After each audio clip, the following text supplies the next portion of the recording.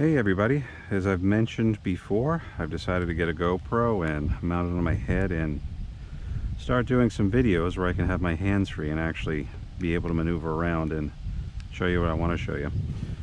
So what we got here, I've got a spawning net set up here in the mud pond that is able to contain all these fry after spawning. I like moving them out here because you've got a big pond where you can control the temperature. It doesn't rise up very quickly like a filtered pond would. You don't have big fluctuations just because you have such a large body of water. I let them grow out here for about 2 to 3 weeks after spawning until they get to a good size like this. Some of these bigger ones are just about 1.5 centimeters. You probably see a couple bigger ones darting around. You know, we call those Toby.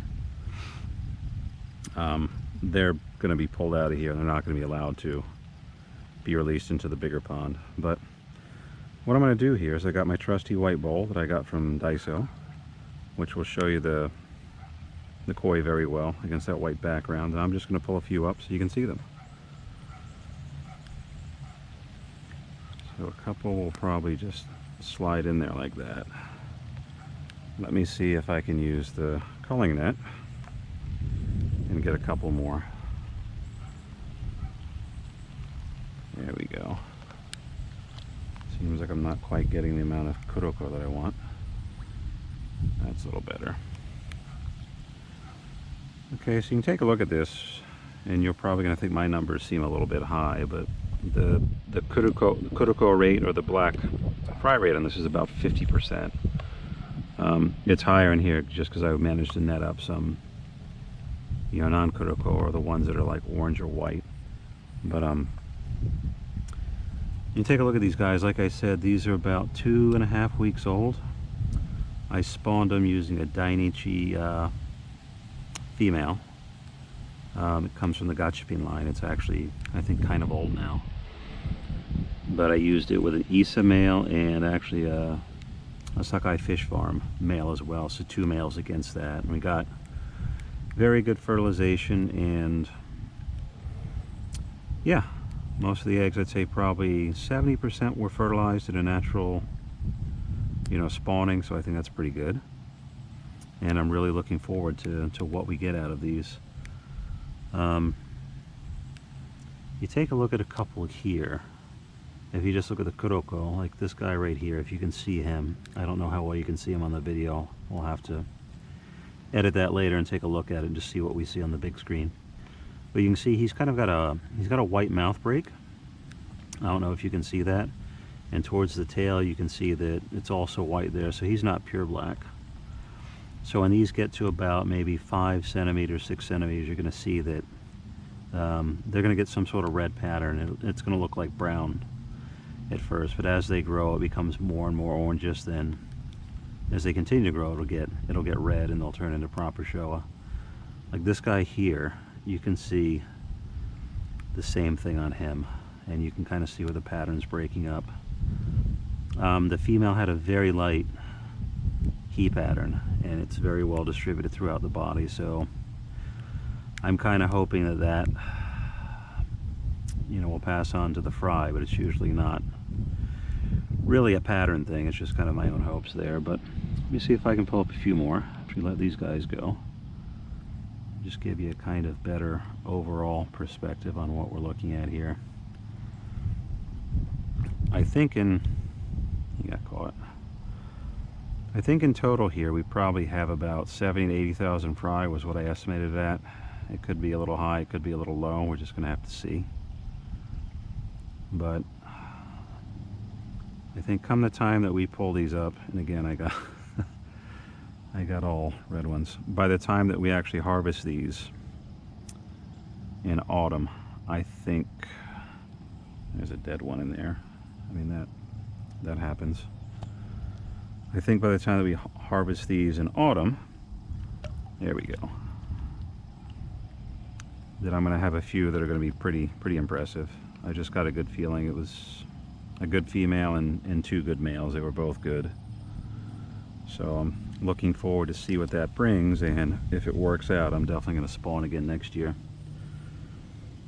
You can see this is a little more representative of the rate. I think 50% is probably pretty good for a Showa spawn. You know, the breeders in Japan, they will do something called kurosen, or, you know, senbetsu for the kuroko, the culling of the kuroko, when they're only like maybe anywhere from 3 to 5 days old. And when these are first born, when they first hatch, they're all white. The orange ones, the ones that are black now, they're all white. And over the next couple of days, as you see them grow, you can see which ones are going to become black and which ones are going to be, you know, red, and there's a few of them that will just stay white.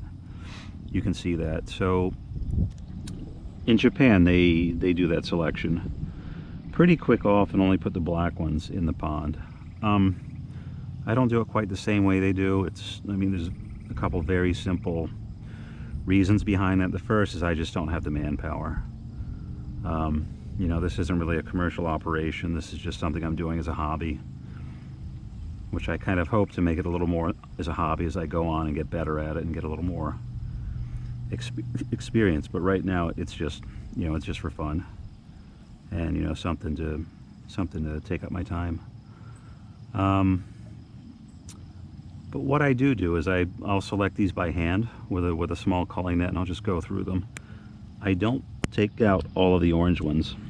The reason behind that is, excuse me, out in the mud pond here, you do have natural predators. These guys are about the size now where it's kind of hard for anything to really get them. But there's still a few that are going to fall prey and get eaten. If I take only my kuroko and put them in here, then that's all that's going to get predated. That's the only thing available. So I like to put some of these orange ones in here too, and just, you know, kind of give it a good mix and hope that, you know, the kuroko aren't the only ones that are eaten. And my logic might be kind of flawed on that, but it's worked pretty good so far.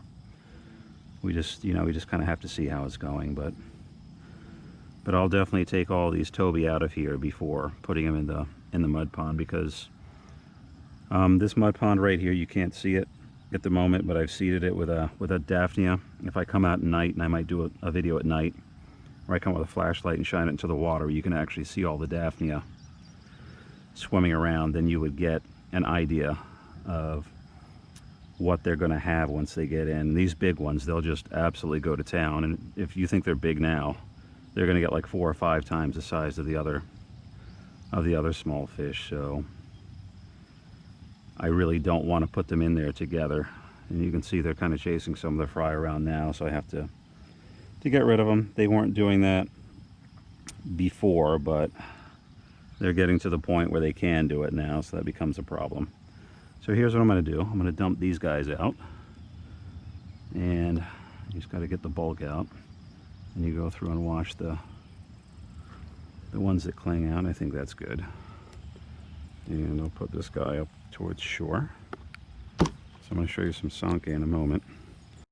And this is what I've been feeding them. As I get this stuff from Ziegler Feeds, it's actually meant for shrimp fry. And it's very small, 150, 250 microns. This is the first thing that I start them out on. They actually have a liquid diet now that's, I think, 100 to 2. They've actually got some that are smaller than that. The liquid diet is what I feed them for like the first day. And you drop the liquid diet in, it takes the place of having, you know, small baby Daphnia, and they just really, this is the first year I tried it and it worked out really well, so I'm definitely going to, you know, keep trying it. But here we go. So I'm just going to start feeding them some of this. Let's just see what it looks like when they go for it. At this size, I usually feed the next size up, but I just ran out of that can this morning, and I'm not going to open a new one yet. So they're just going to have to make do with this for the time being.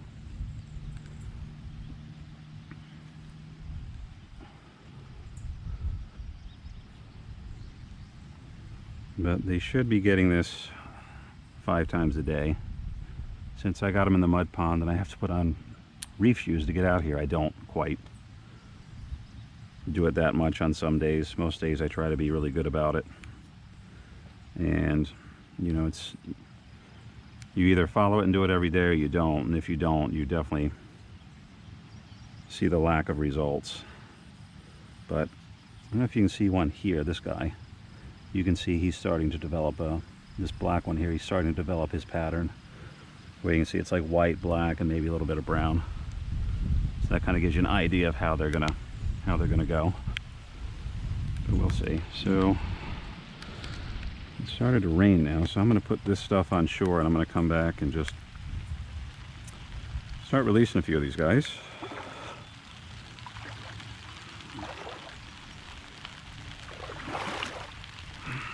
Gotta be careful. I'm ashamed to say it, but I've slipped and fallen on my backside in here more than a few times, so have to be very careful about how you walk.